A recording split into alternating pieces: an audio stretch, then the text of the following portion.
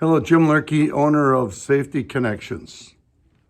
My blurb for the week, I thought I'd take one of the toughest issues that I see with leadership.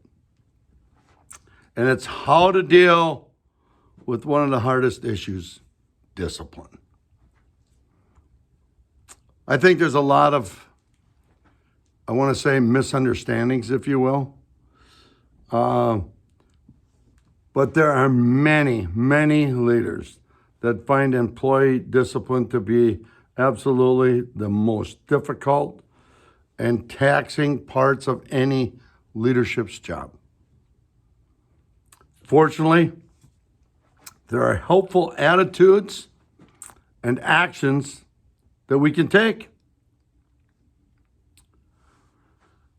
Employee discipline, in my description, is the action of a company or leader when an employee is not following the company rules and policies. Discipline, by the way, should be positive. And it should also contribute to a safe and pleasant work environment for everyone. The focus is not on punishment or consequences, but rather on the plans for improvement and growth. The importance of creating and following an employee discipline policy. An effective discipline policy, it's beneficial to both the employee and the employer. It gives employees the opportunity to develop and improve.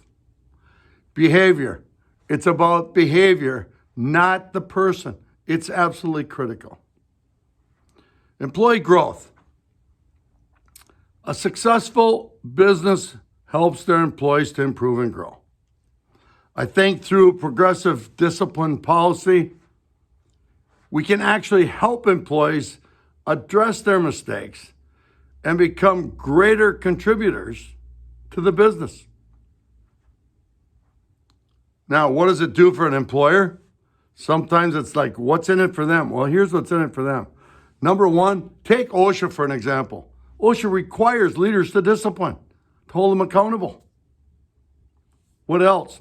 For employer protection, some employees fight terminations or any discipline for that matter.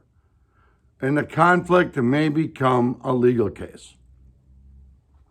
Creating and following a discipline policy will ensure us that we have the documentation and the help we need to remain fair in our decisions. Ultimately, protecting our business.